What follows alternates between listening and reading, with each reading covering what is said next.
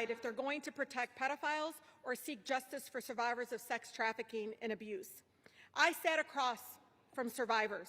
Some of them were as young as 13 and 14 at the time. And they told us over and over again, follow the money.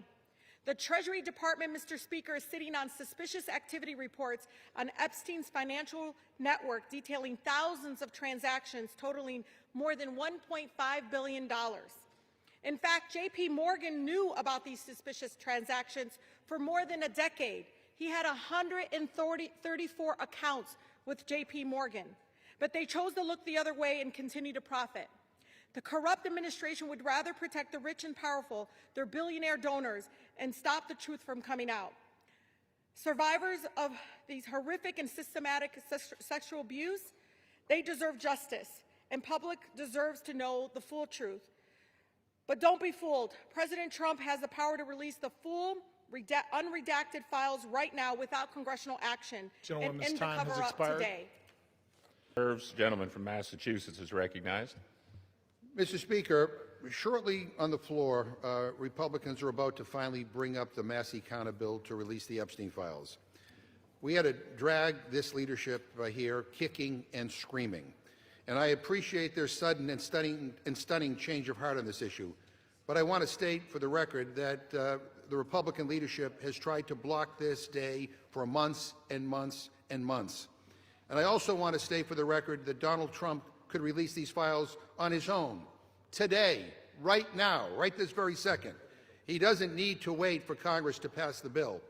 He could release the files himself, but he won't.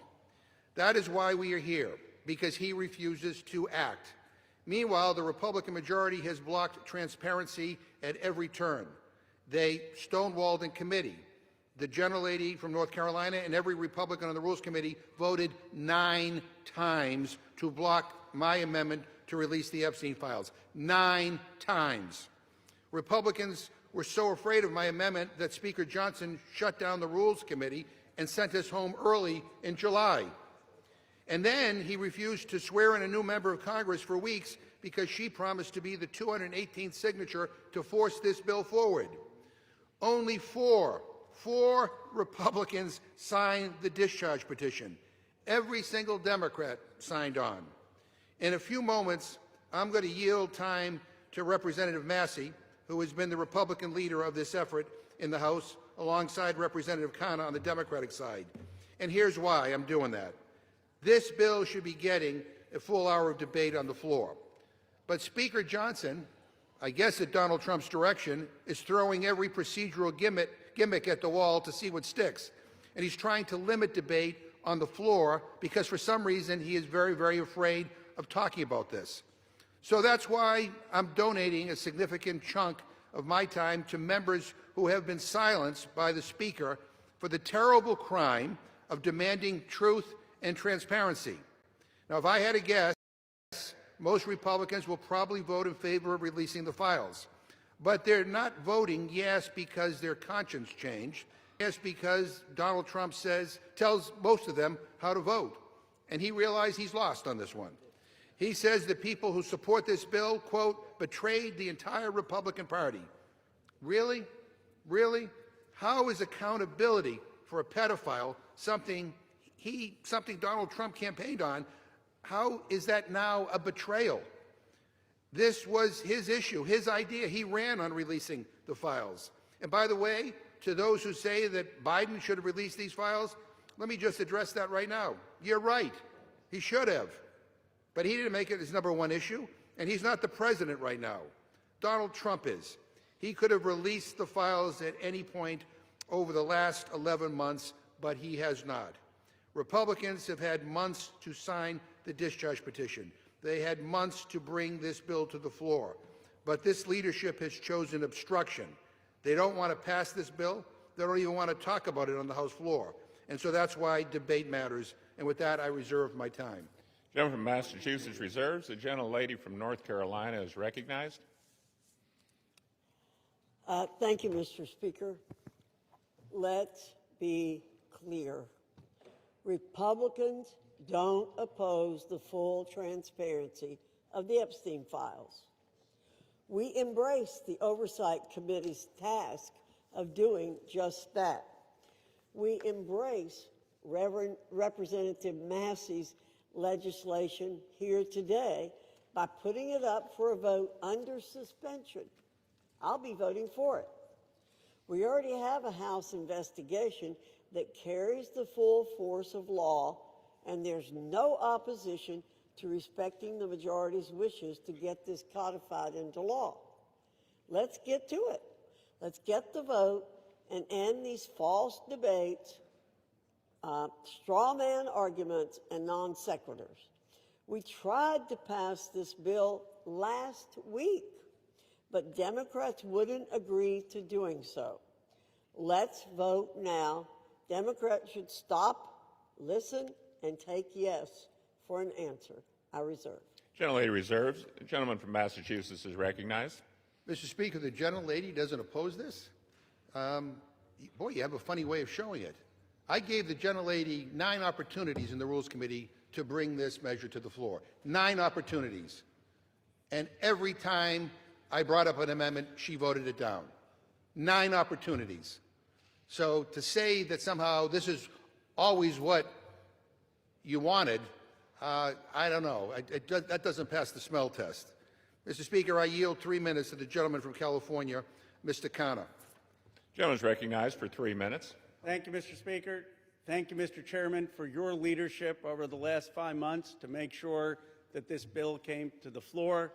Thank you also to Don Sisson for his leadership and understanding of all the rules to make this possible. Now, as we are here today, I saw on CNN that the president is meeting with the Saudi prince. You know what America First means to me? How about meeting with the survivors? How about making sure that America's girls are not being raped? That's what it means to be America First, not going and just meeting with Saudi princes.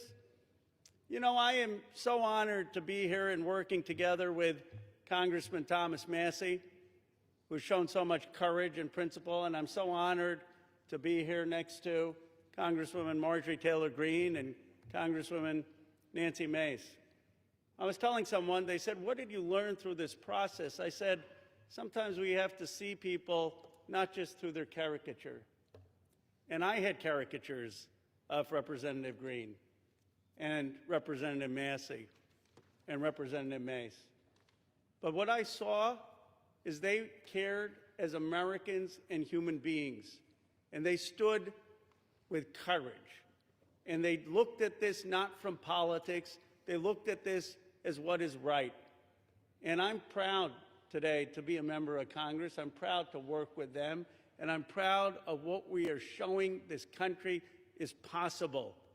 That if we actually care about American values, maybe we can overcome some of the bitter divides in this country.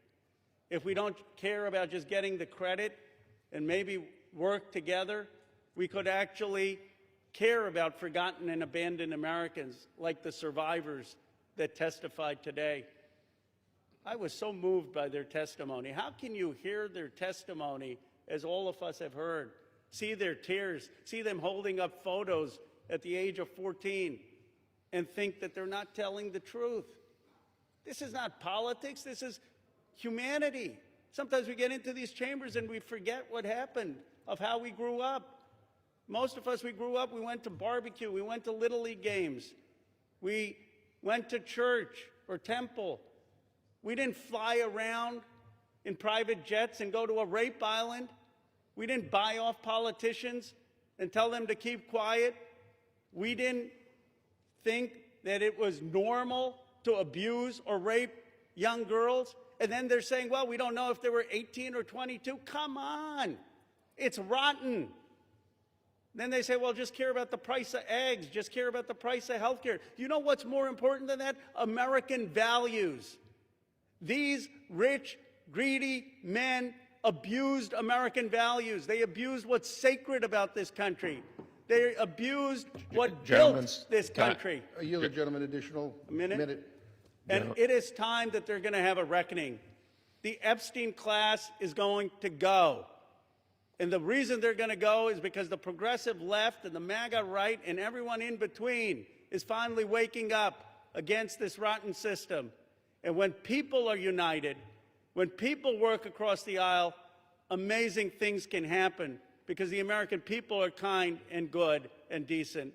So it's an honor, Congressman Massey, to have worked with you, and I salute particularly the courage of Marjorie Taylor Greene, Lauren Boebert, and Nancy Mace. None of this would have been possible without their courage in standing up on the petition and for what they did. I'll yield back. Gentleman yields back. Gentleman from Massachusetts reserves. Gentlelady from North Carolina is recognized. Mr. Speaker, at the top of this page that I have, I've written Democrat hypocrisy on Epstein. That's what we're hearing today. I'm proud to be a member of the Oversight and Government Reform Committee. I'm proud to have supported the full investigation into the Epstein files on that committee. Furthermore, I'm proud to have supported formalizing that investigation by taking the decisive step in directing that investigation by a special rule provided by the Rules Committee. This gave the oversight investigation the full weight of the House of Representatives behind the committee's existing subpoena power. Very important in this debate. Let's get things straight here. In just a matter of hours, we're going to get to vote on the Massey bill. But that won't preclude the existing House Oversight and Government Reform Committee's investigation in any way. And that's a great thing because that investigation is yielding results. We now know that one of Jeffrey Epstein's closest confidants was apparently Larry Summers, a cabinet member in the Clinton administration.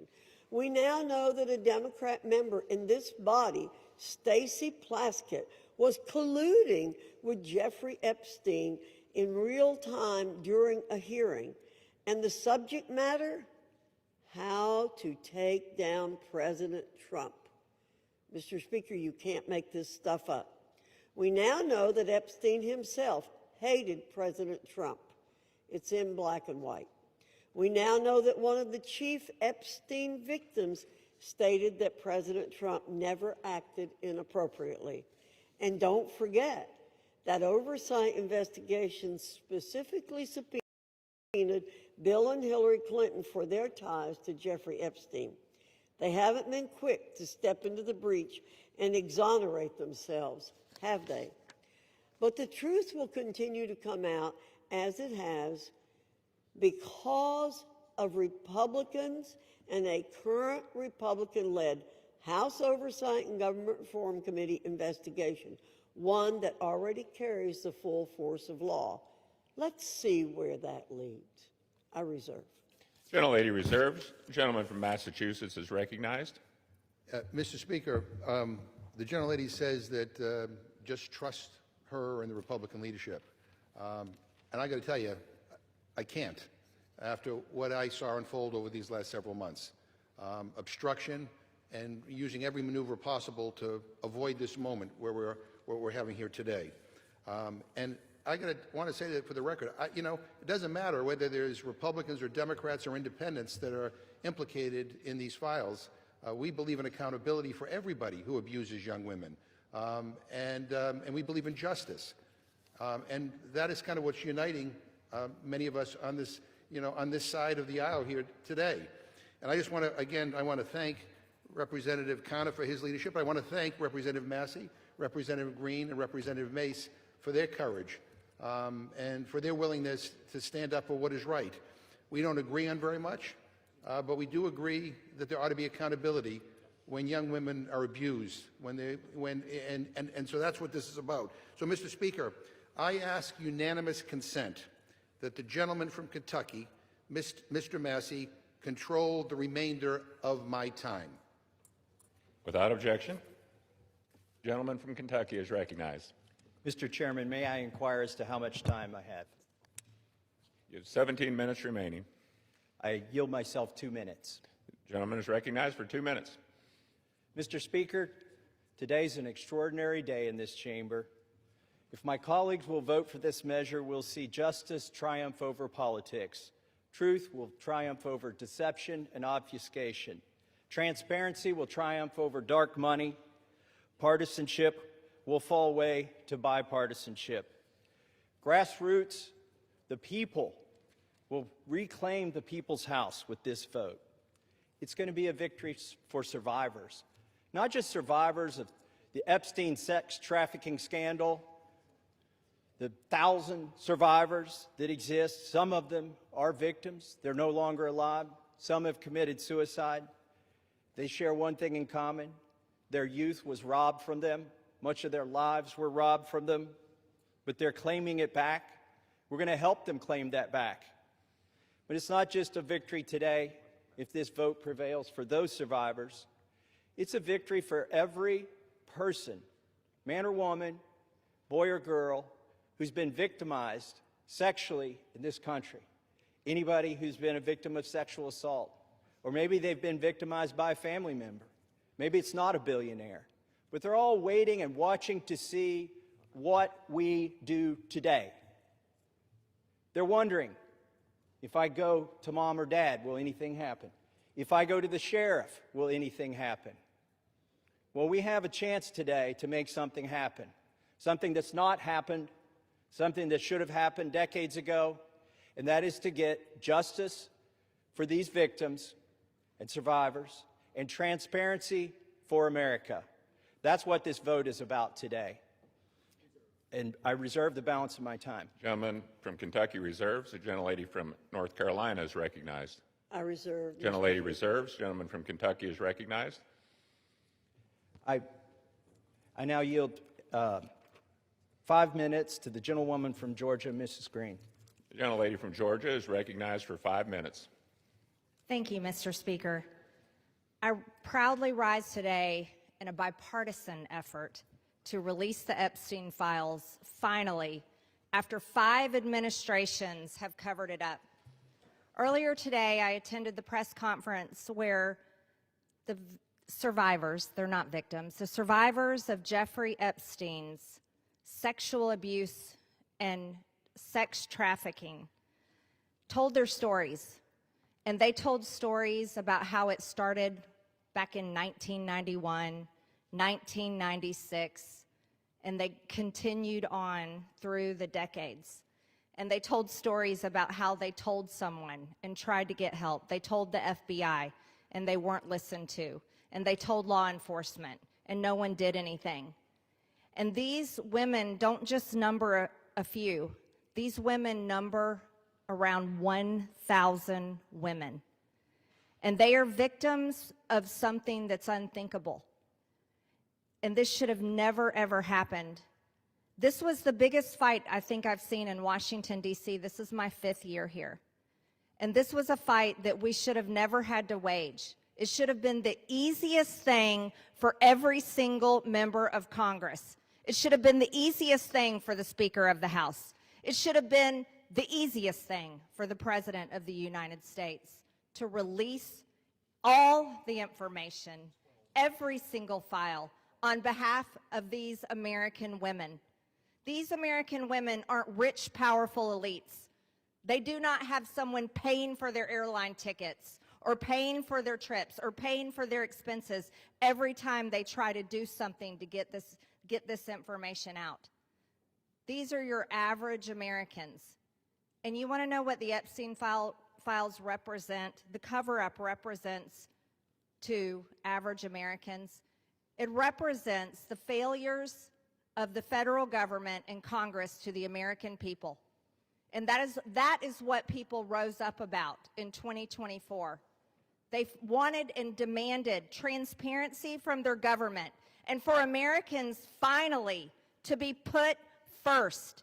And today, with this vote, we are finally putting these victims and these survivors of Jeffrey Epstein and the cabal of rich, powerful elites that expands not just here in the United States of America, but to other countries as well. We're putting them last. And that is exactly what Americans want. You see, for far too long, Americans have been put last. And they're sick of it. They're sick and tired of it. And this is why they don't trust Congress. This is why they don't trust the government. And here's the problem. All of these women who have suffered in shame for years and years and years, women who were terrified, women who were intimidated, women who were threatened, just like Virginia Giuffre. And now she's dead. And these women should have never faced that, for this information to come out. And we, especially the 4 Republican members of the House of Representatives, we should have never faced intimidation and threats for us to get this vote to come to the floor. Never forget, there were 4: Thomas Massie, myself, Nancy Mace, and Lauren Boebert. We had to sign a discharge petition, and we had to fight through intimidation, and we had to endure it for months to push that discharge petition finally to 218 to get this vote to come out. This is what the American people are sick of, and rightfully so. Now, where does this go from here? The question will remain, will the Department of Justice release all the information? Will the judge in New York release the information? Will the CIA release the information? And will foreign governments release their information? Or will this continue after this vote today be a cover-up? A cover-up of the rich, powerful elites that bond together in sex and human trafficking abuse and all types of global business that enriches them but never serves Americans. The American people will know, and the victims, actually the survivors of Jeffrey Epstein, will know, because they know the list of names. And I remain dedicated to my promise to read those names here on the House floor if those women ever find them in a place that it needs to be done. I yield back to Mr. Gentlelady Massey. from Georgia yields back. Gentleman from Kentucky reserves. Gentlelady from North Carolina is recognized. I reserve, Mr. Speaker. Gentlelady reserves. Gentleman from Kentucky is recognized. I yield myself a minute and 30 seconds. Gentleman's recognized for a minute. I want to thank the generosity of Jim McGovern, Representative McGovern, for granting us this time. I'm embarrassed for my own party today. I'm embarrassed we withheld signing in, swearing in a duly of the people for 49 days just to avoid this vote that's finally going to happen today. I'm embarrassed that my own party isn't going to yield me time to debate this, even though they say they support it, and I authored it. They don't even want to yield me time to debate this during the bill debate. But I'm thankful. Let me tell you who I'm thankful to. These 3 brave women, Marjorie Taylor Greene, Nancy Mace, and Lauren Boebert. They have been threatened. They have been intimidated. Physically, politically, it's disgusting. And not by the far left. They have been intimidated by people in our own party. And for what? For seeking justice for these victims. So my hat's off. I congratulate them for standing strong. I've always wondered, where were the Republican men during this battle? We've taken 5 months. These 3 women and I have had to drag our party to this floor today to even vote on this. And Ro Khanna is the most to be thanked here. In an extraordinary display of bipartisanship, he did not hesitate when I asked if we wanted to bring this bill to the floor together, if he would stand in the trenches with me. He said yes. With that, I reserve. The gentleman reserves. Gentlelady from North Carolina is recognized. Thank you, Mr. Speaker. I yield myself such time as I may consume. Gentlelady is recognized. Boy, we need to get facts straight here. President Trump's DOJ, in his first term, arrested and prosecuted Jeffrey Epstein. We, on our side, want justice to prevail in this case and in every case. Speaker Johnson has always been clear that if the discharge petition reached the necessary signatures, that the House would consider the legislation, and that's what we're providing for in our rule today.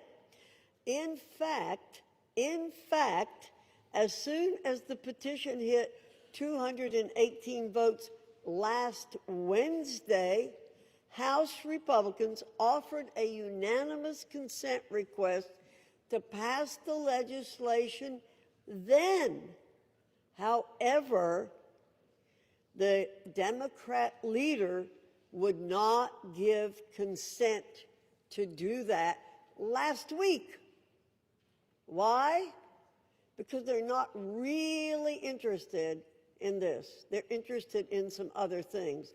And, Mr. Speaker, I have to correct the record. Mr. Massey did not request time from me. I'm the person who controls the time on the Republican side, and he did not request time from me, or I would have given him time. I reserve. Gentlelady reserves. Gentleman from Kentucky is recognized. I'd like to now recognize the gentlelady from South Carolina for 5 minutes, Nancy Mace. Gentlelady from South Carolina is recognized for 5 minutes. Thank you, Mr. Speaker. And I want to thank my colleagues today for the time, Mr. McGovern and Mr. Khanna, for the 5 minutes on the floor to speak about an issue that is not political for me. Helping the survivors of Jeffrey Epstein and his horrific, gruesome, brutal sex trafficking ring is deeply personal. And while we often have many disagreements about a lot of issues, maybe most issues, today they are allowing us to speak on the floor, and I want to thank my colleagues, Congressman Massey, Marjorie Taylor Greene, and Lauren Boebert, the four of us making history today over the discharge petition and delivering justice for those who have desperately fought for it for, in some cases, almost 30 years. I wore white today because I wanted to reflect on the innocence of the young women who had their innocence stolen from a demon named Jeffrey Epstein, from demons, friends of his, rich and powerful people who stole their innocence as young as 14 years old. It was taken from them, and they've never gotten it back. I'm also wearing white today to recognize the courage that it takes for women to come forward, the sacrifices to them personally, professionally, financially, the embarrassment, the humiliation, the shame that we still deliver on the backs of women who have been brutalized, who've been raped, who've been assaulted. The shame that the media pours over their heads, that their colleagues, their friends, their neighbors, their loved ones, because you come forward and because you talk about sexual assault, you are not a slut. It's not because of what you wore. You're not a whore. But that's how women are treated, and you're not lying. And I want every woman to know, every Epstein survivor to know, every woman across the country who is a survivor, who is a victim of assault, that today, we see you. And this fight and this vote tonight, I see it is about the Epstein victims, but it's about much more than the Epstein victims. This is about the powerless, taking power away from the very powerful. This is about giving women who never had a voice, giving a voice to the voiceless. This is about their sacrifice. This is about having and recognizing their courage. This is about justice for the Epstein victims, but it's also about hope. Earlier this year, I gave a speech right here on the floor of the U.S. House of Representatives, detailing trauma that I experienced, endured, and am a survivor of, that I accidentally uncovered 2 years ago, almost to the day. And today, I still don't have justice, like millions of women across the country. When I spoke out, I got attacked. When I spoke out, I was shamed. When I spoke out, I was defamed and smeared, and that goes on today, right now, in the present. God sure has a funny way of working through us. I, like many of the Epstein survivors and many other survivors across the country, I don't think I will ever heal from the destruction my abuser did to me. But I can heal by being a vessel and being a voice for all those who need it, and that's why we are here today. That is why I will never abandon a single survivor ever, and I will never waver. I spent my morning talking to law enforcement and others about another potential Jane Doe number 5, who may be another sexual assault victim in the case that I uncovered 2 years ago. It's very difficult for us to come forward, but I want to thank the women who have, the Epstein victims, the victims in the case that I uncovered. I want to thank all of you for being a voice, for giving me hope. Maybe one day I too can get justice. Thank you, and I yield. Gentlelady yields back. Gentleman from Kentucky Reserved. reserves. Gentlelady from North Carolina is recognized. Thank you very much, Mr. Speaker. Our colleagues want Americans to believe that this discharge petition and underlying legislation are the be-all and end-all in this investigation. However, it's House Republicans who've worked tirelessly to achieve true justice for victims. To date, the significant information that has come out has come from the Oversight and Government Reform Committee as a result of its issuing 13 subpoenas.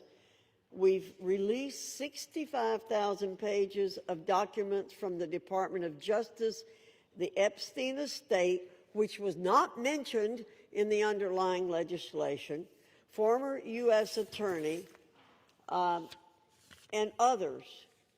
Let me state again, the unanimous consent request to pass the legislation immediately last week was blocked by the minority leader. Full stop.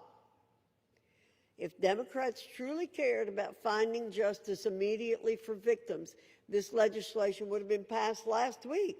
Instead, they want political theater to capitalize on.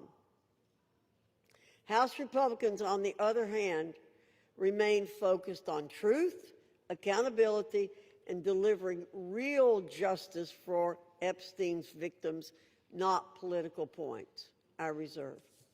Reserves. Gentleman from Kentucky is recognized. Mr. Speaker, may I inquire as to how much time I have remaining?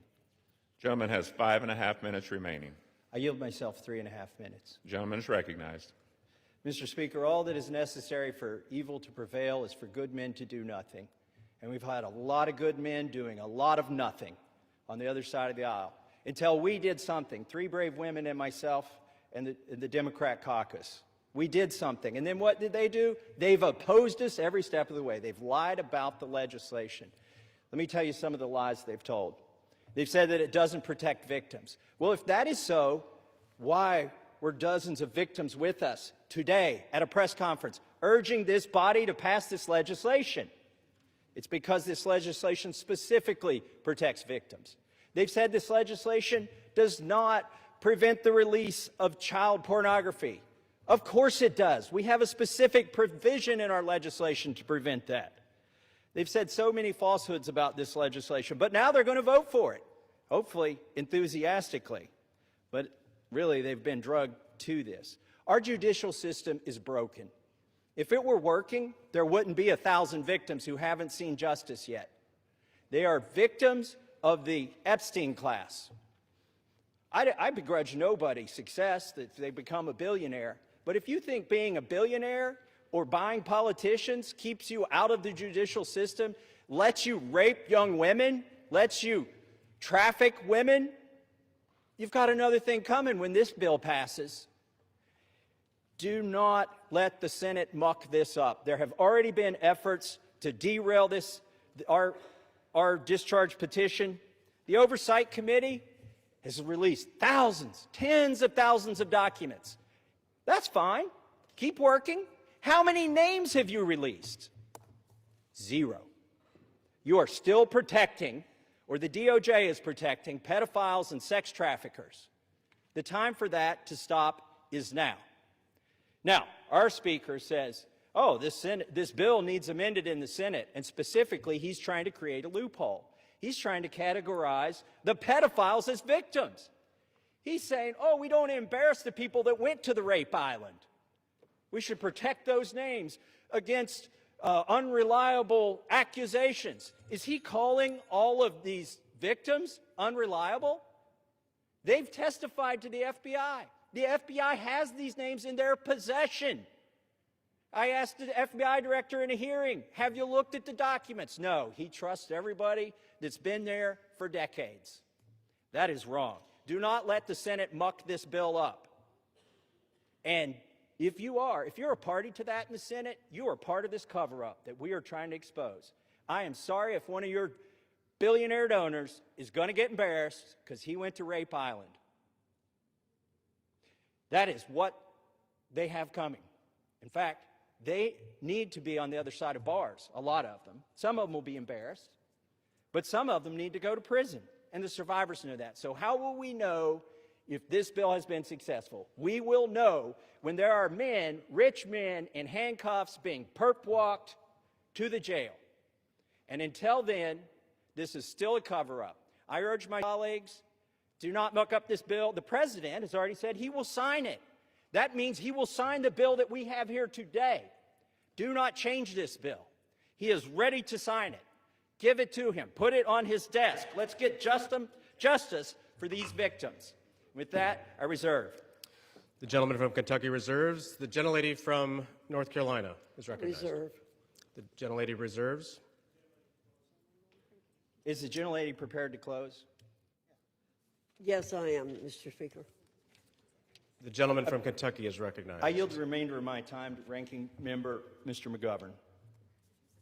The gentleman from Massachusetts is recognized. Thank you. And first, let me say how much I admire the courage of my Republican colleagues who are beside me here today. Mr. Speaker, at the end of the day, this is not about us, and it's not about politics. This is about the survivors, young girls who were exploited by powerful men who use money and power to take advantage of girls, some as young as 11 years old. The President of the United States calls it all a hoax. Can you imagine that? What an evil and disgusting thing to say.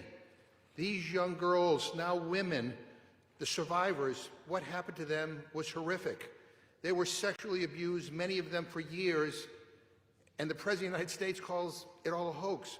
What kind of messed up, sick-in-the-head, immoral person says something like that?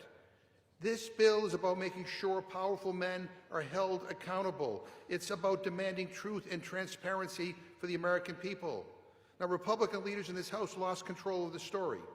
They lost the ability to hide behind procedure, and they lost the luxury of pretending that they were ever on the right side. The American people see it, survivors see it, and history will see it. And listening to the Speaker of the House's press conference today, I mean, it sounds like he basically wants to kill this whole thing. He's trying to obstruct and derail the process. Why the hell is he fighting so hard to do the opposite of what the survivors want? What an awful, awful thing to do. So let us release the files. Let's give survivors the transparency they've long been denied. Let us take back power from the rich billionaire elites who think they can do whatever they want with no justice or accountability. And let's remember exactly who had to be dragged here under duress and who stood up from day one demanding the truth. And with that, I yield back.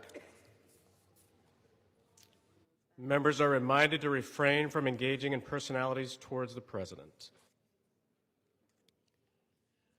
The gentleman yields back. The gentlelady from North Carolina is recognized. Thank you, Mr. Speaker. Mr. Speaker,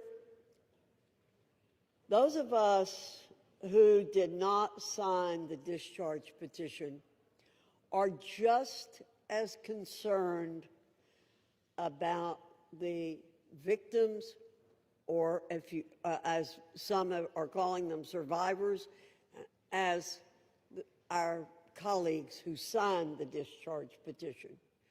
We share contempt for anyone who abused anyone else. I've stood on this floor many times, Mr. Speaker, to speak out for victims and survivors of people who have been abused, and against anyone who breaks the law or takes advantage of an innocent person. We will not be characterized as insensitive to that. But what House Republicans, who didn't sign the discharge petition, remain focused on truth, accountability, and delivering real justice for Epstein victims. Again, I'll point out that it was under President Trump's Department of Justice that Jeffrey Epstein was arrested and tried. We have not tried to avoid this situation. We want things done the right way. We want maximum justice for these victims and survivors. Our rule today simply expedites consideration of the Massey-Khanna legislation. And as I said, we would have liked to have seen it pass last week when we gave an opportunity for it, but it was blocked by the Democrat minority leader. I ask for support for this rule, the underlying legislation. With that, I urge my colleagues to vote yes on the previous question, yes on the rule, and Mr. Speaker, I yield back the balance of my time and move the previous question on the resolution. The gentlelady yields back the balance of her time. The question is on ordering the previous question on the resolution. Those in favor say aye. Those opposed, no. In the opinion of the chair, the noes have it. Mr. Speaker, request the yeas and nays.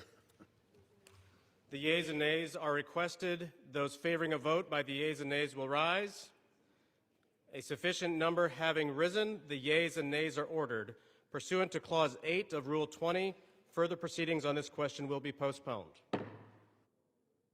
Pursuant to Clause 8 of Rule 20, the Chair will postpone further proceedings today on motions to suspend the rules on which a recorded vote or the yeas and nays are ordered, or votes objected to under Clause 6 of Rule 20.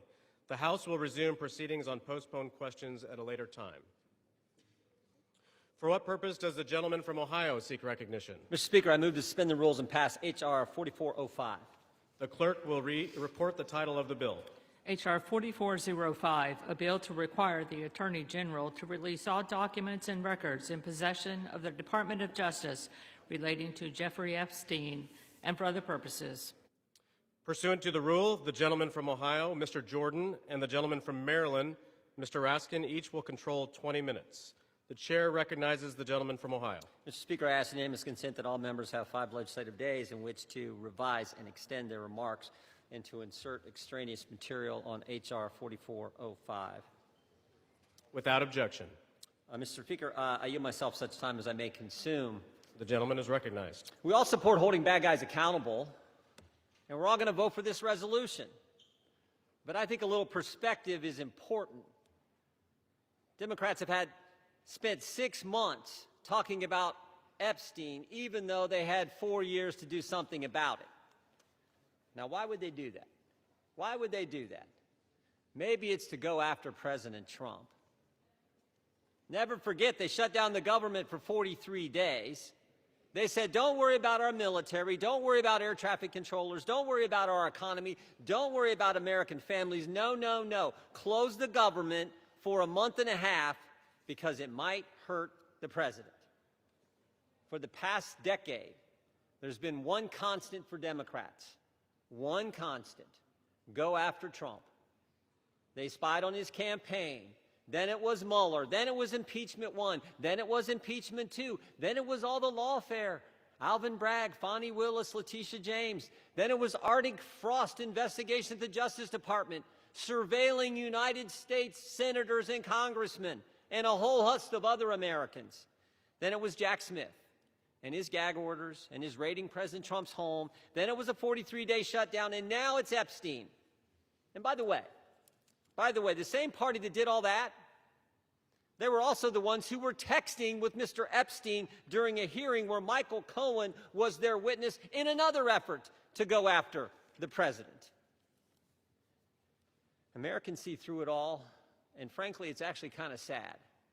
This obsession, this syndrome, this mindset that says we got to go after President Trump no matter what that they have. And when I think about it, I think it's because President Trump and Republicans have accomplished so much that they told the voters they were going to accomplish in the 2024 election. We're actually doing what we said we were going to do. President Trump said he was going to cut taxes, and he did. President Trump said he would secure the border, and he did. President Trump said he'd get men out of women's sports, and he did. President Trump said he would make sure Iran doesn't have nuclear capability, and he did. And he said he would get the hostages out of Gaza back into Israel, and he did. All in 9 months. So I don't know what causes this mindset, this syndrome that the left has, but I know one thing. It is real. Which brings me to last week. Think about what the Democrats did last week. The Democrats released an email that the Oversight Committee had obtained from the estate. An email from Mr. Epstein to Ms. Maxwell. When the Democrats released it, they redacted the victim's name. Something we all support. Something everyone supports. Except in this case, no court had ordered that name redacted, no agency had redacted it, and the estate didn't redact it. And the victim had already went public. So why black out her name? Why black out her name? Because she had said in her book and had testified under oath that she never saw any wrongdoing by President Trump. So think about what they did. In an email between two criminals, Mr. Epstein and Ms. Maxwell, in an email between two criminals, they hide the name of an individual who had went public and exonerated the president, and we know why. To distort and twist the message because they thought it might harm the president. Their position, cover up the names of people who are already public, but don't worry about other innocent people who the court said should remain private. Again, I think the American people see through it. They see through what the Democrats are doing. The American people know what this is. They know Democrats have nothing else to run on because of the success of this administration. So I say let's vote yes on this resolution, and then let's get focused on making sure we're doing what the American families elected us to do. With that, I reserve. The gentleman reserves. The gentleman from Maryland is recognized. Thank you, Mr. Speaker. I yield myself such time as I may consume. The gentleman is recognized. Today, 4 months and 3 days after Mr. Khan and Mr. Massey introduced their discharge petition, perhaps the most famous discharge petition in American history, the People's House unites across party lines to draw a moral line. We draw a line against the rape and sexual violation of children. We draw a line against the global criminal trafficking of girls and young women to service the pleasure of rich and powerful men who believe they are beyond all law and all morality. We draw a line to put the voices of the victims and the survivors first. We ask the Senate to join us without changes rather than obstruct this bill with dilatory amendments, legislative graffiti, and self-dealing million-dollar jackpot provisions for lucky senators. Just pass the bill. We're finally voting today because a bipartisan discharge petition led by Representatives Massey and Khanna and signed by 218 of us overthrew the determined obstruction of the Speaker. This forced vote means the House will no longer acquiesce in this astonishing real-time cover-up of a multi-billion-dollar global sex trafficking and child rape ring that has ravaged the lives of more than 1,000 girls and young women.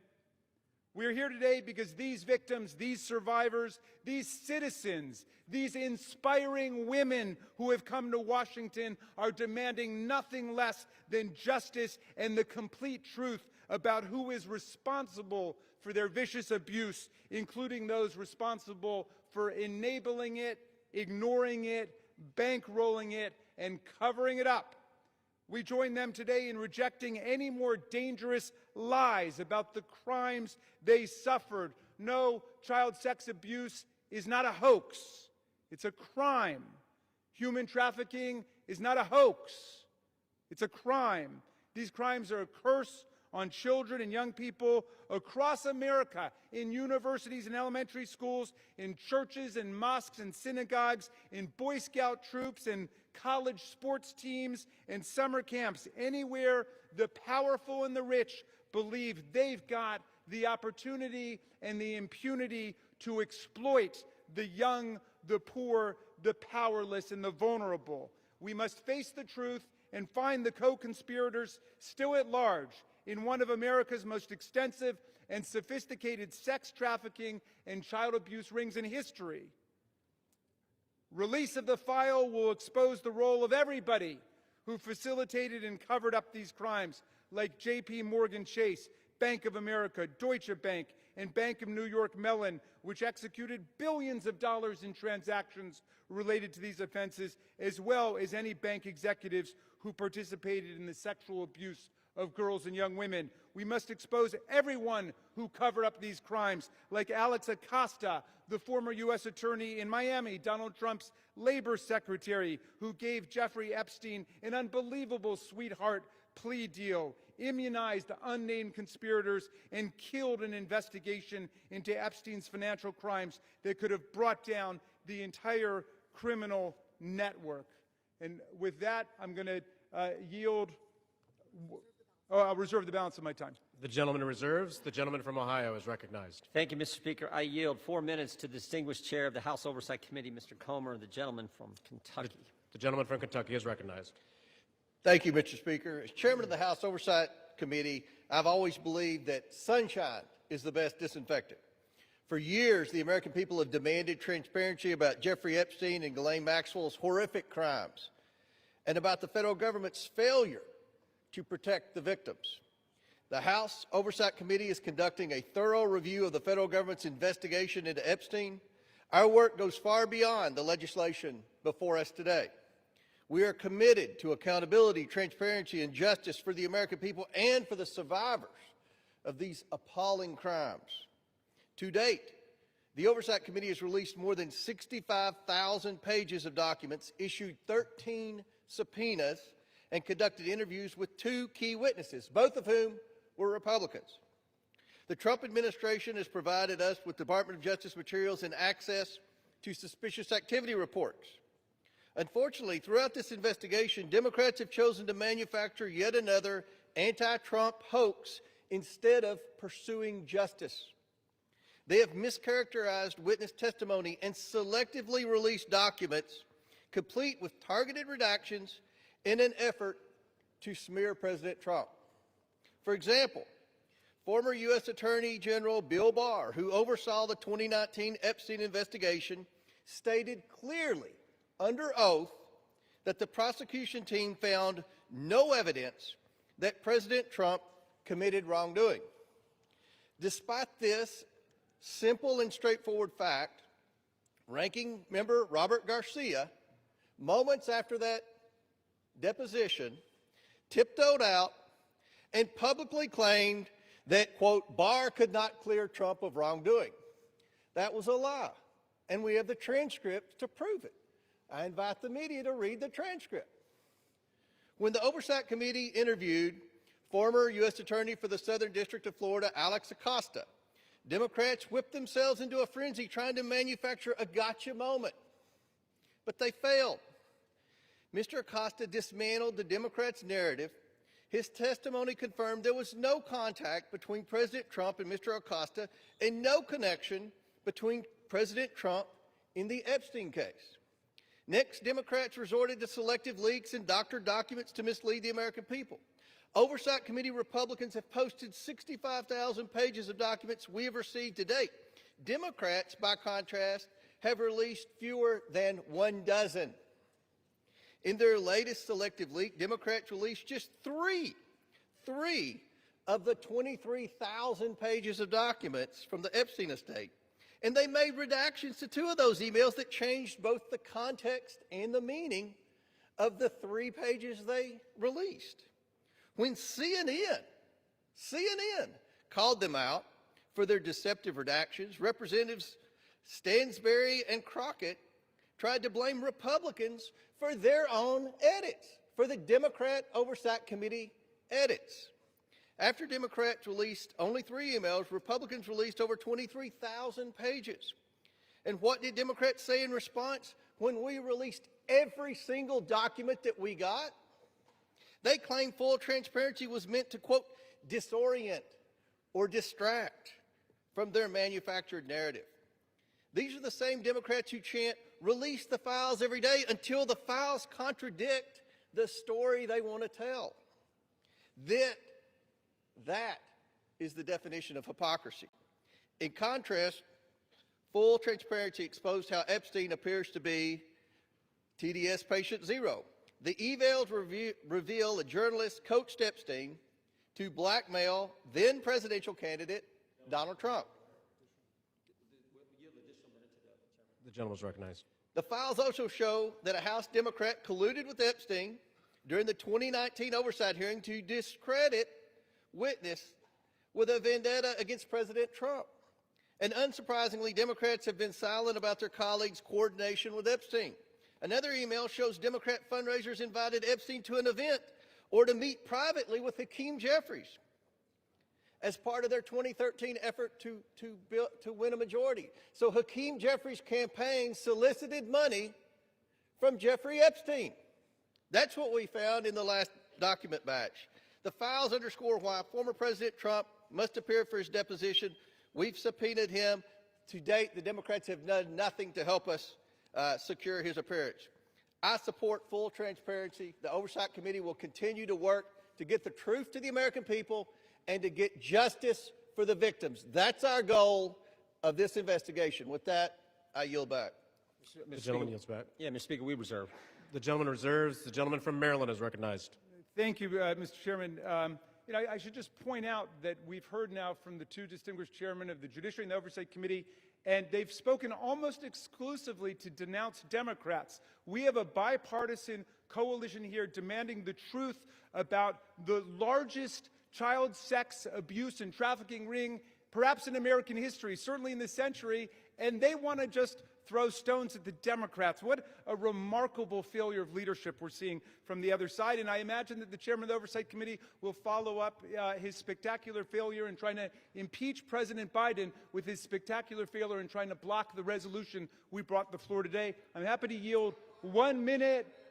Excuse me, you're not recognized, whoever's speaking. And I'd like to yield 1 minute to the very distinguished minority leader on the House Oversight Committee. The gentleman is recognized. Thank you. And Mr. Speaker, it's wonderful to hear Republicans and certainly the chairman of our committee finally wanting transparency on this issue. It is time to end this White House cover-up now. Now, we know that Donald Trump has tried everything to kill our Jeffrey Epstein investigation, and he's failed. And now he's panicking.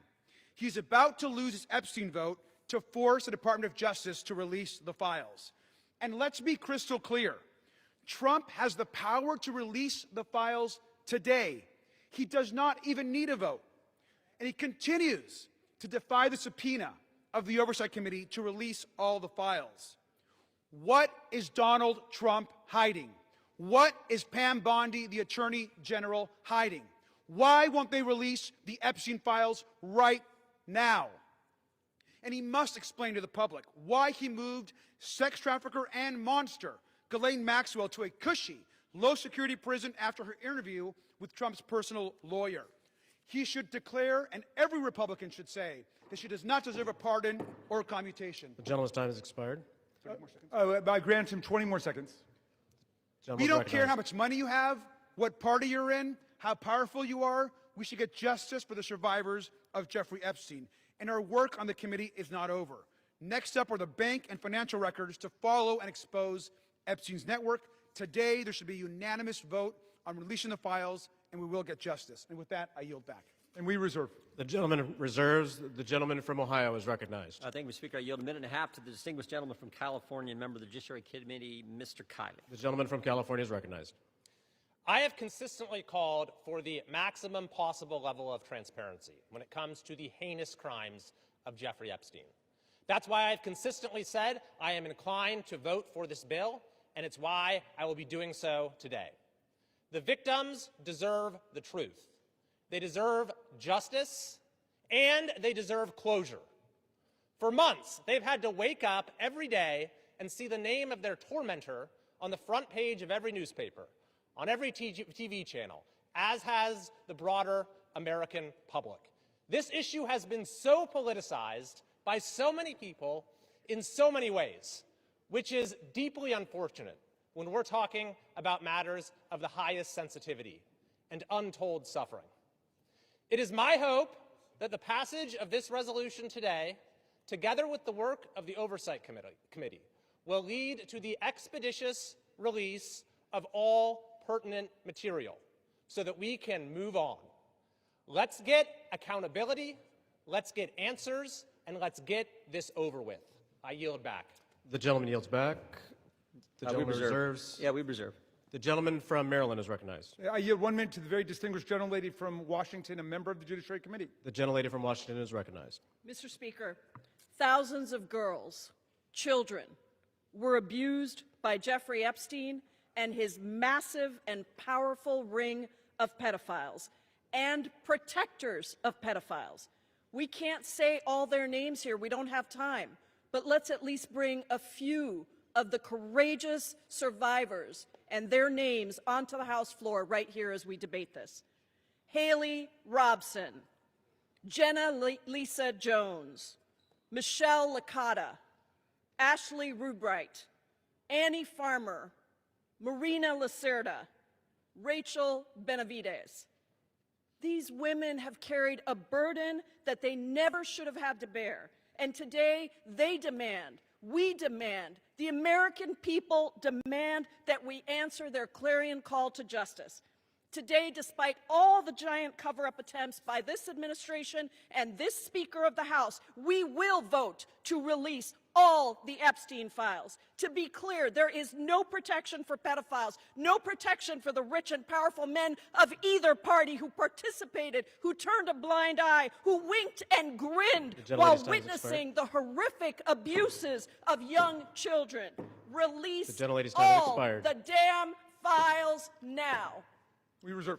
The gentleman reserves. The gentleman from Ohio is recognized. Thank you, Mr. Speaker. I yield a minute and a half to the distinguished gentleman from North Carolina and member of our committee. The gentleman is recognized. Thank you, Mr. Speaker. I have been very supportive of this effort, specifically to bring justice to the victims of this horrific series of crimes. However, I have worked behind the scenes to raise concerns with this petition as it is currently drafted. Specifically, I believe that there is grave risk at harming innocent people. And I repeat, harming innocent people. When innocent people are harmed, that is not furthering justice. With an investigation of this size and a file that is as large as the Epstein files and as poorly defined as that is in this petition, there will invariably be people who are released pursuant to this discharge petition who had nothing to do with criminal activity. Imagine, if you will, a bellman, a waiter, some type of doorman, a mere social attendee who had no impact whatsoever on the criminal activities of Jeffrey Epstein, no participation. Their lives are forever ruined. And I'm reading specifically from the petition's language that prohibited grounds for withholding information in this file are embarrassment, reputational harm, or political sensitivity. And I would just submit, if you were going to be embarrassed, if you were going to suffer social harm, and that is all of the encompassed activity that you were a part of, you will be named in this petition. And I resent that. Innocent people should not be harmed when we are pursuing justice. I understand the political nature of this petition. I resent the fact that there was not room for good faith amendments, and I urge the Senate to protect innocent people. I yield back. Yields back. The gentleman reserves. The gentleman from Maryland is recognized. Thank you. I'm yielding 1 minute to the distinguished gentlelady from California, Representative Kamlager Duff. The gentlelady from California is recognized. Mr. Speaker, 1 in 3 women and girls around the world are physically and sexually assaulted each year. Of the 152 women in this body, that means 51 women. It includes your daughters, your sisters, your nieces, your mothers. And with the Epstein files, we have a chance to change that. But real talk, the administration doesn't need a discharge petition. It has not complied with the subpoena, and it has the power to release the files today. Instead, the man in the most powerful position in the world has used the full weight of the government to block and obfuscate and deflect the full release of the files. It is the same person who intimidated female members of Congress to withdraw names from the petition, who responded quiet piggy to a female reporter who asked about the files, and who nominated an alleged sexual predator to be our AG. It is the same person whose name appears more than any other in the Epstein emails. And in the pantheon of violence, a sexual predator is the worst of the worst, so why protect him? It's also curious that the judiciary is managing this debate and has not even had this come before the committee. I wonder why. Release the files now! We reserve. The gentleman reserves. The gentleman from Ohio is recognized. Thank you, Mr. Speaker. I yield 2 minutes to the gentleman from Texas, Mr. Roy, chairman of the Constitution Subcommittee. The gentleman from Texas is recognized. I thank the chairman. Today, a united Republican Party and a bipartisan supermajority is going to pass a bill to increase transparency regarding the egregious abuses by Jeffrey Epstein, a goal that anyone of conscience desires. That is, in totality, an important statement to check the rich and the powerful. Remember how we got here. After decades, it was President Trump's Department of Justice that indicted Jeffrey Epstein in July of 2019. It was President Trump's DOJ that arrested and indicted Ms. Maxwell. It was the Republican-led Oversight Committee, through 13 subpoenas, that has released 65,000 pages of files in just 10 months. Meanwhile, my colleagues on the other side of the aisle have largely ignored this issue. It was Democrats who redacted an email to mislead the American people about the truth of a witness that exonerated President Trump. It was a Democrat, Representative Placette, who literally texted with Jeffrey Epstein as we questioned Michael Cohen. It was Democrats who shut down the government, resulting in the delay of swearing in of members. As we vote to pass this legislation, and it will pass, it is impossible, however, to avoid problems with its politicization. One colleague has offensively gone so far as to say that to oppose this bill means you support pedophiles. Yet I know good public servants, former law enforcement, former prosecutors who never knew Epstein, never knew any visitors to his criminal enterprise, who have genuine concerns about supporting this bill out of fear of creating new victims or harming existing victims, or both. That is what we've reduced Congress to, inserting itself into the prosecutorial process for political motivations, driven heavily by hatred of President Trump. We should be concerned about victim privacy, concerned about risking disclosure of non-credible allegations, of child sexual abuse materials, future investigations. But here's the deal. The leaders of this nation must expose abuses by the rich and the powerful. That is why President Trump and the House have been working for full transparency. But we should be motivated by truth and justice for all, not politics. I yield back. The gentleman yields back. The gentleman reserves. The gentleman from Maryland is recognized. Thank you. I yield 1 minute to the distinguished gentlelady from Massachusetts, Representative Clark, the minority whip. The gentlelady is recognized. Thank you, Mr. Speaker. This should be an easy vote. This is about justice for the victims and survivors of Jeffrey Epstein. This is about every victim of trafficking and sexual abuse, monstrous crimes that thrive in secrecy and fear. Yet instead of shining a light on that darkness, just moments ago, Donald Trump defended the continued obstruction of releasing these files. Even as House Republicans prepare to vote yes today, Speaker Johnson is calling this a show vote. He's calling it dangerous. He is signaling the U.S. Senate to block it. Republicans continue to use their power to shield rich pedophiles from justice. If you can't stand up for these survivors, how can anyone trust you to stand up for them? I yield back. The gentlelady yields back. We yield. The gentleman reserves. Does the gentleman reserve? Yeah, we reserve. The gentleman from Ohio is recognized. We reserve. The gentleman reserves. The gentleman from Maryland is recognized. Yes, just very quickly, what happened under the Biden administration? Well, under the Biden administration, Ghislaine Maxwell was prosecuted for conspiring to sexually abuse and traffic girls in 2020. Right when it's in 2021, she was convicted. In December of 2021, after a month-long trial in Judge Nathan's courtroom, in 2022, Maxwell was sentenced to 20 years in prison under the Biden administration for sex trafficking and sexual abuse of minors. But when President Trump took office in January of 2025, they killed the investigation. They assembled all the materials, they got all the prosecutors together, and they terminated the investigation. I yield 1 minute to the distinguished gentleman from Illinois, Mr. Raja Krishnamurthy. The gentleman from Illinois is recognized. Thank you, Mr. Speaker. I rise in strong support to release the Epstein files. First, this issue is beyond party. It's a question of justice. Survivors have waited too long. Stop the delay. This is not a hoax. Release the files. Second, we must face a hard truth. Silence that shields the powerful is a betrayal of those they hurt. Congress must reject any attempt, including a presidential pardon or any form of clemency for Ghislaine Maxwell. This cannot be done. This would be a cover-up. We cannot allow clemency of any kind for Maxwell, not now, not ever. Survivors deserve justice. I urge a strong yes vote. Thank you. Yields back. I want to thank the gentleman for his eloquent remarks. Pardons are for people who are contrite. Pardons are for people who are repentant. Pardons are not for people who lie. Every member of this body should immediately, verbally, vocally denounce the idea of clemency, commutation, or pardon for Ghislaine Maxwell, and we reserve. The gentleman reserves. The gentleman from Ohio is recognized. Yeah, we reserve, Mr. Speaker. The gentleman reserves. I yield 30 seconds to Ms. Leisure Fernandez. The gentlelady is recognized. There were thousands of girls and young women abused, trafficked, and used by Epstein, the elite and the powerful who believed they could get away with it. Epstein told the young victims that he controlled the banks and the government. Those women refused to be silenced, and today they have pierced the dark with their light. Anytime any girl is trafficked, molested, or abused, the world must stand up. Today, the House proves Jeffrey Epstein wrong. The Senate must do the same tomorrow. The gentleman reserves. The gentleman from Ohio is recognized. Thank you, Mr. Speaker. I yield 2 minutes to the gentleman from California. 1.5 minutes to the gentleman from California. The gentleman from California is recognized. I thank you, Chairman.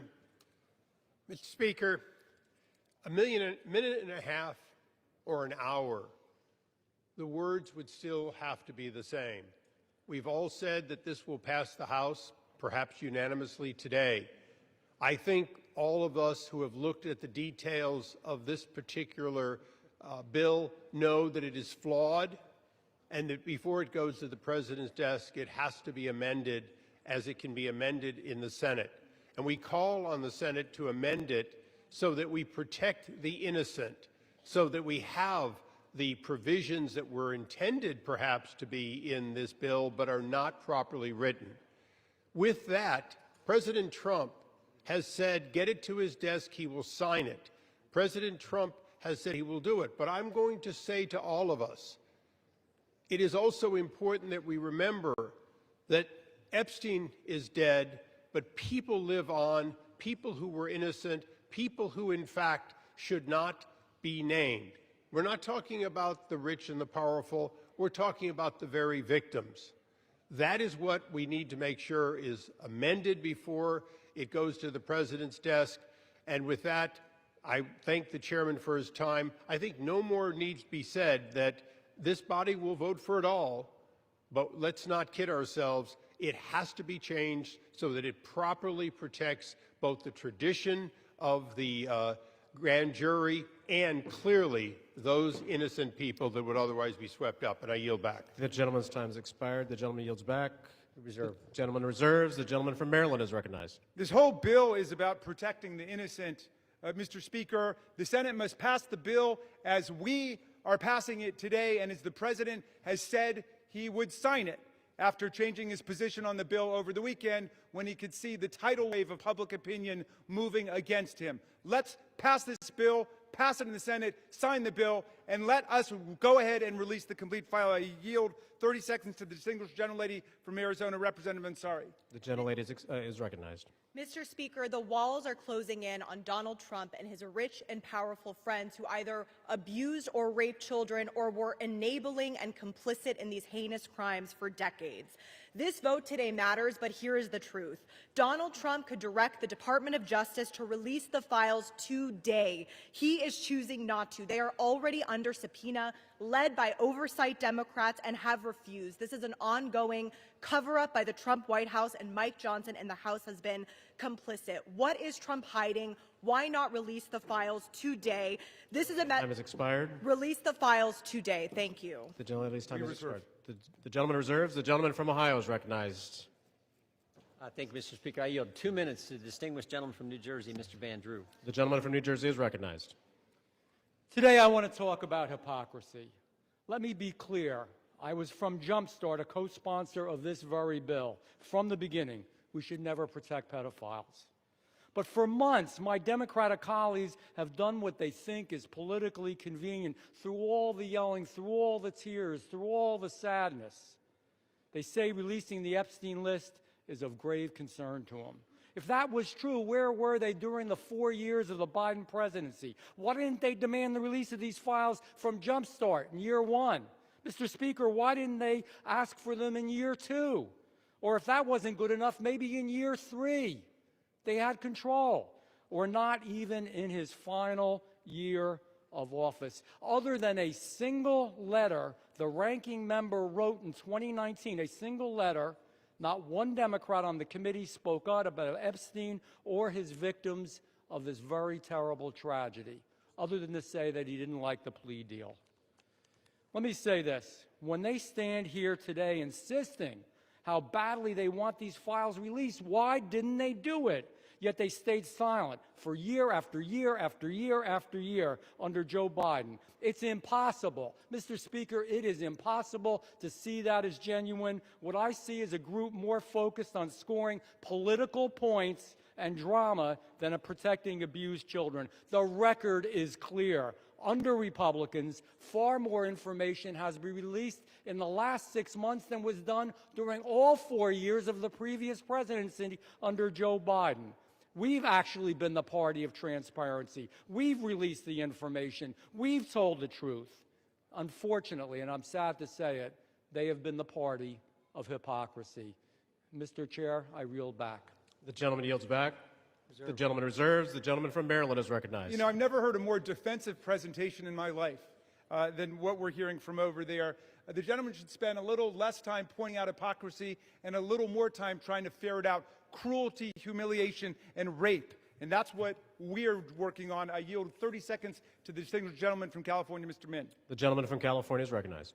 I want to remind you that we are all here voting on this bill because President Trump, who has the power to release the Epstein files at any time, has refused to do so, calling this a hoax. We're here because Speaker Mike Johnson and President Trump have gone to extraordinary lengths to try to kill and delay the discharge petition, including refusing to seat Adelita Grijalva for over 40 days and threatening House Republicans who signed on. Now, several of my Republican colleagues have accused those of us House Democrats who support justice here of having Trump derangement syndrome. You all suffer from something much worse, which is pedophile protection syndrome. Stop protecting pedophiles, release the Epstein files. The victims deserve justice. I yield back. We reserve.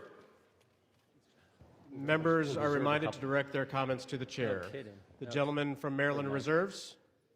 The gentleman from Ohio is recognized. We reserve. The gentleman from Ohio reserves. The gentleman from Maryland. I'm yielding 30 seconds to my friend, Representative Walkinshaw from Virginia. The gentleman is recognized. For years, Mr. Speaker, we have watched dangerous conspiracies like Pizzagate and QAnon shape our political landscape. They help fuel the rise of President Trump and were built on baseless claims about secret pedophile rings, while the real documented case of child sex trafficking involving Jeffrey Epstein remained shrouded in secrecy. because President Trump refuses to release the files. What is President Trump hiding?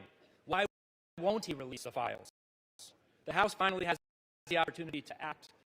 Release the files and let the American people see the truth. I yield back. The gentleman yields back. We reserve. The gentleman reserves. The gentleman from Ohio is recognized. We reserve. The gentleman reserves. The gentleman from Maryland is recognized. Granting 30 seconds to the very distinguished gentlelady who is finally with us, Representative Adelita Grijalva from Arizona 7. The gentlelady is recognized. Thank you. Mr. Speaker, I rise today to acknowledge the survivors, family members, and advocates who are here today and have never given up. The legislation in front of us, at its core, is about something very simple. The survivors deserve justice. The American people deserve the truth. To every survivor watching, your courage is inspiring. You are the reason why this vote is happening today. Protecting women and children from pedophiles should not be a Democratic issue, should not be a Republican issue. It should be a human rights issue and a matter of justice. I urge my colleagues to vote yes on the Time's expired. Act. I yield back. Thank you. Thank you, and we reserve. The chair will remind all persons in the gallery that they are here as guests of the House, and that any manifestation of approval or disapproval of proceedings is in violation of the rules of the House. The gentleman from Maryland. Yeah, but I'll just add, they're here as honored guests of the House, and we're delighted they're here, and with that, we reserve. The gentleman reserves. The gentleman from Ohio is recognized. We reserve. The gentleman reserves. The gentleman from Maryland. I'm granting 30 seconds to Representative Lois Franco from Florida. The gentlelady from Florida is recognized. Mr. Speaker, for far too long, the survivors of Jeffrey Epstein's abuse were failed by a justice system that minimized their suffering and prosecutors who treated young girls as if they were criminals. That was wrong, and I am here with my colleagues to promise this. We will get to the bottom of why the Epstein survivors were treated so badly, who made those decisions, and who were they protecting. No more secrecy, no more excuses. We all deserve the truth, and I thank the survivors for their courage and perseverance. Your voices are being heard. The gentlelady yields back. The gentleman reserves the balance of his time. The gentleman from Ohio. Thank you, Mr. Speaker. I yield 1 minute to the distinguished gentleman from the great state of Louisiana, the Speaker of the United States House of Representatives, Mr. The gentleman from Louisiana is recognized. Thank you, Mr. Speaker. Thank you, Chairman Jordan, for doing such an extraordinary job on all of this. For 43 long days, the Democrats held this House and the entire country hostage. Finally, with the lights back on, this body's returning to our regular legislative session. We have a lot of work to do. My colleagues on this side of the chamber are ready and eager to get back to our urgent legislative work that we promised the American people we would do. We've got to continue lowering the cost of health care. We've got to bring down prices for American families, and we've got to finish the regular appropriations process, just to name a few of those priorities. Now, I wish I could say that our first order of business would be to get to those urgent priorities, but of course we're here spending time on the floor about something else. This is something we could have resolved last week when we brought unanimous consent to pass this discharge with the full support of the body. But our friends over here who are arguing today solved that. They objected to it, and they wanted to have this exercise instead. And that's why we say that this is a show vote. That's what this is. They're making a show of it. And it really is a shame. We have some heroic women in the chamber today. I met with many of them a while back. They're in the gallery here. They've come forward. They've shown their faces. They use their names to share the unspeakable tragedies that many of them were subjected to, some of them when they were very young. And it is a heroic service to the country. They are seeking justice, and the justice has been delayed for too long. The Department of Justice, many years ago, should have brought these charges. It took too long to do it.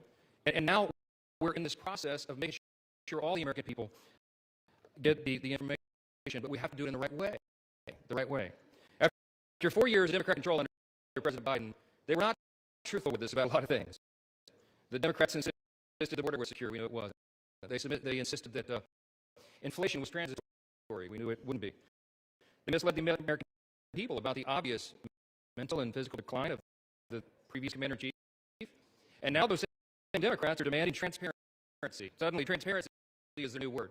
Out of nowhere, they've taken a curious concern in the Epstein investigation, all in the name of that, in the name of transparency. But the question has been asked here many times during the debate on the floor, and everybody questioning why it is the Democrats have done this right now, have to look at the obvious facts. The Democrats had all the Epstein files in their possession for 4 long years under the Biden presidency. The Biden Department of Justice had these files, and no one on this side who was breathless today about the urgency of this release ever said a word about it. And it was the Democrats who could have urged President Biden's Department of Justice to go beyond prosecuting just Epstein and Ghislaine Maxwell, but they didn't do it. And so it's a fair question to ask today, why now? Why the sudden urgent interest in Jeffrey Epstein? Look, we know why. It's because the Democrats were never interested in transparency or executing justice or protecting the victims of this unspeakable tragedy before. The simple truth is obvious for everybody to see. This is a political exercise for Democrats, and it pains me to say it. I wish that was not the truth, but it is, and it's undeniable. This is as deceitful and dishonest as their pointless stunt was to shut the government down. Democrats are using the Epstein tragedy, the unspeakable evils that this guy committed with his trafficking ring and all of the abuses that they made these young women go through. They're using that as a political weapon to try to distract from their failures as a party and to try their best to try to tie President Trump somehow into this wretched scandal. The president had nothing to do with it. He's been very clear, and he has nothing to hide, and that's why he's endorsed the vote today. I suspect this vote will be probably unanimous. But here's the important point that everybody needs to understand. We have been advocates of maximum transparency, but we have also insisted that the victims be carefully protected.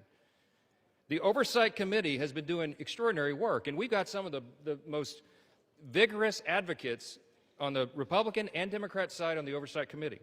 They've been working in earnest to deliver transparency for the American people and to do it in a responsible manner. What do we mean by that? The bipartisan effort over there is already producing all the results that the discharge petition seeks and much, much more. Chairman Comer and all of these advocates over there have been releasing thousands of documents from the Epstein estate. By the way, in my view, that's the greatest treasure for information because it's yielded for us Epstein's own personal flight logs, his financial records, his daily calendars, and so much more. But importantly, none of that was addressed or is addressed in the legislation that's being voted on today. The estate files wouldn't even have been encompassed in that. And so it goes to show that the Oversight Committee is doing it from the right way. From the very beginning, we've been insistent that this matter be handled carefully and with the utmost caution and care for the people who have been harmed. They should not be made to suffer any longer. We're talking about real people's lives at stake here, and young victims who don't want to be dragged into this political game that could get hurt further. But the Democrats are rushing the release of thousands of unsubstantiated documents that may be included in this, that are going to be in the public domain with the passage of this bill. And there are serious deficiencies in the legislation that I have noted at length, and Republicans have to work to address those deficiencies in the Senate if and when this legislation is advanced. I stood before the American public today at our press conference, and I explained in detail the dangers of the discharge petition. We have posted at my website, speaker.gov, a summary. The legal counsel, a small army of lawyers, put this together. I used to be a federal court litigator. Many of my colleagues who have spoken today were. We understand the dangers of how this was haphazardly drawn up. And among them, by the way, Mr. Speaker, before I forget, I seek unanimous consent to enter into this document into the record. It's on the website. It's entitled, How the Flaws of H.R. 4405 Could Re-Victimize Epstein's Victims, Create New Victims, and Damage the Judicial System. It is dated today. Thank you. And it summarizes just 5 or 6 of the major concerns. Among them, it fails to fully protect victim privacy. It could create new categories of victims. It potentially jeopardizes grand jury secrecy. It fails to prohibit release of child sexual abuse materials that are not appropriately defined in the legislation. It jeopardizes future federal investigations, and we have national security concerns regarding classified information. We'll put this in the record because we need the legislative record to reflect what is the legislative intent behind this vote. I used to litigate cases. We would litigate federal statutes and whether or not they could survive, and legislative intent is important, and we need to say clearly for the record, as the Speaker of the House, I'm saying to you, this legislation that will pass today is flawed and it must be amended. The question is, why didn't we amend it here before we passed it? Because the authors won't allow it. Because under the rules of the House, under a discharge petition, they have to agree to consent for the legislation to be amended, and they're not doing that. So now we rely upon our partners in the other chamber to get that done, and they need to do that. The victims deserve our utmost respect. In fact, they should be saluted for their courage. And the young women who have not come forward, who are now, some of them are middle-aged women who have not come forward, also deserve our respect, and they deserve to be protected.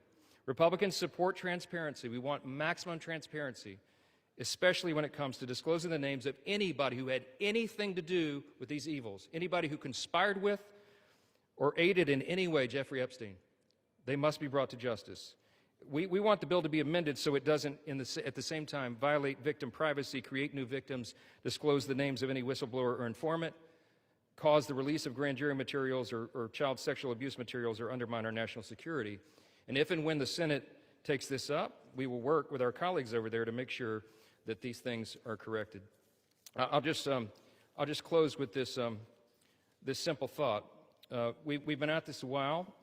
It's drug on for a while, but it's time for this to come to light. I expect that this will be a unanimous vote, and it will reflect what I think every member in this chamber, and I'll say this now, at least in recent days, every member of the chamber on the Democrat side, they didn't say anything for 4 years, but they're for maximum transparency now, and so is this side. But we want to do it in a respectful and careful manner so that we don't subject innocent people to further harm. And that has been the whole thing. I told all my members today I'll be voting yes on this, and I suspect almost everyone will. We'll send it to the Senate, and we hope it's corrected. Thank you for the time, Mr. Speaker, and I yield back. Gentleman reserves. The gentleman from Maryland is recognized. I'm yielding to Mr. Gomez for the sole purpose of making a parliamentary inquiry. Mr. Gomez is recognized. Mr. Speaker, I rise to ask a point of parliamentary inquiry. Is this an appropriate time to point out that the Republicans named children's savings account in their so-called one big beautiful bill after Donald Trump, someone connected to one of the most notorious pedophiles in this country, or that the Speaker of the House just lied on the floor by stating that there was protections, there isn't protections for the victims in the Epstein bill. The gentleman is no longer recognized. The gentleman from Maryland, you are recognized. Thank you. I am prepared to close. I've got no more speakers on my side. The gentleman reserves. Gentleman from Ohio is recognized. Thank you, Mr. Speaker.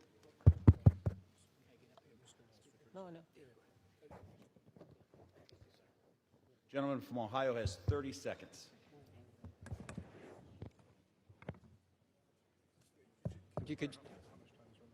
Can I inquire how much time is remaining? 30 seconds.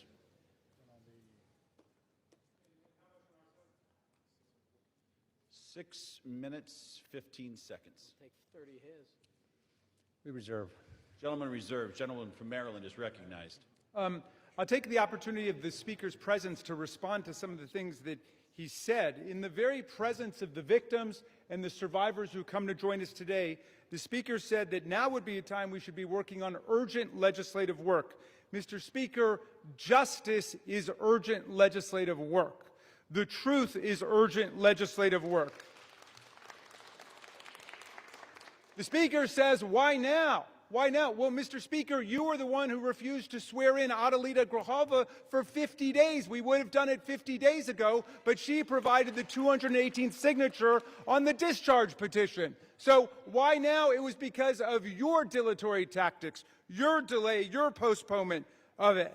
Now, the gentleman says that there are not sufficient protections. There are protections in the bill for the victims to make sure that their names will be redacted. And yet we hear even the Speaker of the House of Representatives openly inviting the U.S. Senate to start finger painting on this bill, which we have waited more than 5 months to bring to the floor. The Senate should pass the bill exactly as it's written. The President should sign it exactly as he said he would when he finally changed his mind. And the Epstein file must be released. Moreover, if the President is serious about what he's saying, he's got the power to release the Epstein file right now. Nobody's stopping him. It's within his possession. It's within his control. He can release the whole thing, and he can redact the names of the victims and others who are innocent in this process. Mr. Speaker, Speaker Johnson said that these are unspeakable evils. Well, because of the bravery and the invincible courage of the women who've joined us today, they're no longer unspeakable. They're spoken.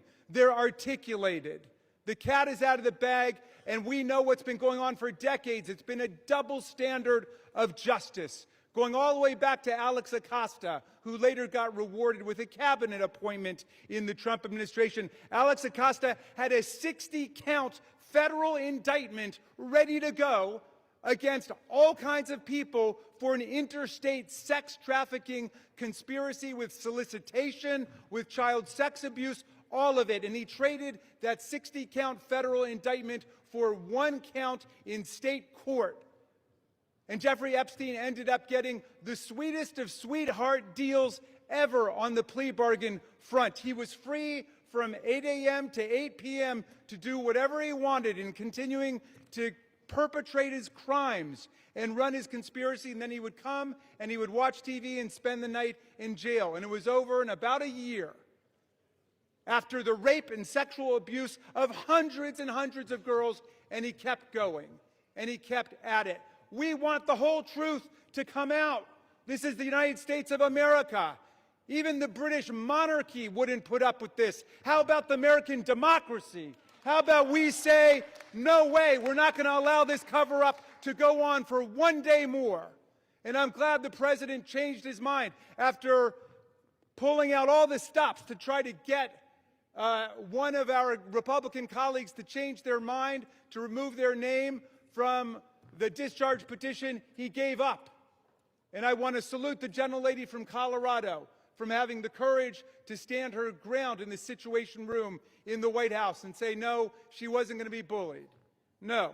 So I'm glad the president changed his mind. But let's be clear, Mr. President, you've got the power today to release the entire file. That's what you called for. That's what Pam Bondi called for. That's what Kash Patel called for. So we don't need anybody calling for the Senate to slow things down for more weeks and more months. The American people have had it.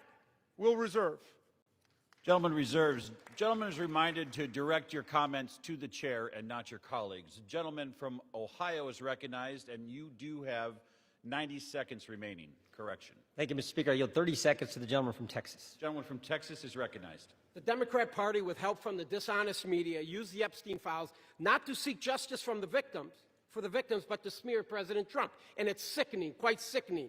The Democrats have used the Epstein files to distract the American people from the wins President Trump and his administration have delivered for the American people for the last 11 months. I'm proud to work with my Republican colleagues on the House Oversight Committee in coordination with the Justice Department. 65,000 pages of documents are related from Epstein released. What have my Democrat colleagues done? They selectively leaked and altered documents to mislead the American people. As President Trump has stated, we have nothing to hide here. I'm voting to release the files so that we can move on from this smear campaign the Democrats have manufactured. God bless Gentleman's Donald J. time has Trump. expired. Gentleman from Maryland is recognized. Reserve the balance of my time. Gentleman reserves. Gentleman from Ohio reserves. Gentleman from Maryland is recognized. All right. How much time do I have to close? You have 2 minutes. Thank you, Mr. Speaker. And I want to thank all of America for tuning in to this. I want to thank Representatives Massey and Khanna, Representative Green, all of those who have insisted upon bringing the truth forward and a reckoning with the reality of one of the worst international child sex trafficking rings ever to exist in the United States and the cover-up attendant to it. We've got the opportunity today to do justice for the victims, for the survivors who have come forward to say that the voice of the victims and the survivors must be put at the very center of our deliberations. Not shunted off to the side, not submerged, not subordinated, but put at the very center. We must hear from the people who themselves were victimized by this nightmare. Now, our colleagues across the aisle seem to want to make this into some sort of partisan contest. I haven't heard so much talk about the Democrats since the Democratic National Convention.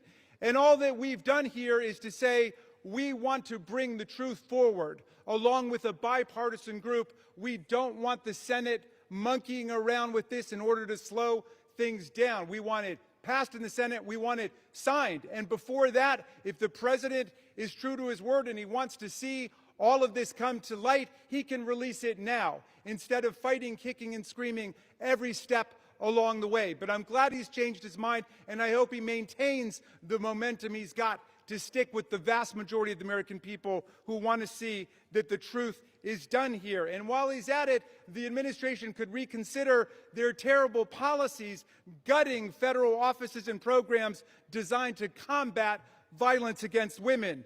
The DOJ terminated hundreds of grants to police departments, defunding the police when it comes to investigating violent sex crimes and to support victims. His DOJ destroyed programs to combat international human trafficking rings. Let's get back on the side of the women. I yield back. Gentleman yields back. The gentleman from Ohio. Thank you, Mr. Speaker. Thank you, Mr. Speaker. The Speaker Johnson said it right. Why now after 4 years of doing nothing? Because going after President Trump is an obsession with these guys. Best example is John Brennan testified in front of our committee under oath, said he was not involved with the dossier. Only problem is Tulsi Gabbard declassified a report, released that report, and it said exactly the opposite. And she related a story in there where a CIA official went up to Mr. Brennan and said, we shouldn't include this in the report. And John Brennan's response was, yeah, but doesn't it ring true? Forget the facts, forget the truth, go after Trump, put it in. Same dynamic at work here. We're all for protecting innocent victims. We're all for exposing the bad guys who did bad things. But this is an obsession with the left. For 10 years, it's going after President Trump. So vote yes. Make sure the bad guys are held accountable. We all want to do that. Speaker Johnson's right. I think it's going to be unanimous. But understand what they're doing, because they had 4 years and didn't do a darn thing. With that, I yield back. Gentleman yields back. The question is, will the House suspend the rules and pass the bill, H.R. 4405? Those in favor, say aye. Those opposed, say no. In the opinion of the chair, two-thirds being in the affirmative, the rules are suspended. The bill is passed, and without Can I request objection, a recorded vote, Mr. Speaker? The gentleman from Maryland is recognized. Yeah, I'm requesting a recorded vote. The gentleman from Maryland has requested a recorded vote. Those favoring a recorded vote will rise. A sufficient number having risen, a recorded vote is ordered. Members will record their votes by electronic device. Pursuant to Clause 9 of Rule 20, this 15-minute vote on the motion to suspend the rules will be followed by 5-minute votes on ordering the previous question on House Resolution 879, adoption of House Resolution 879 if ordered, and adoption of House Resolution 878. This is a 15-minute vote.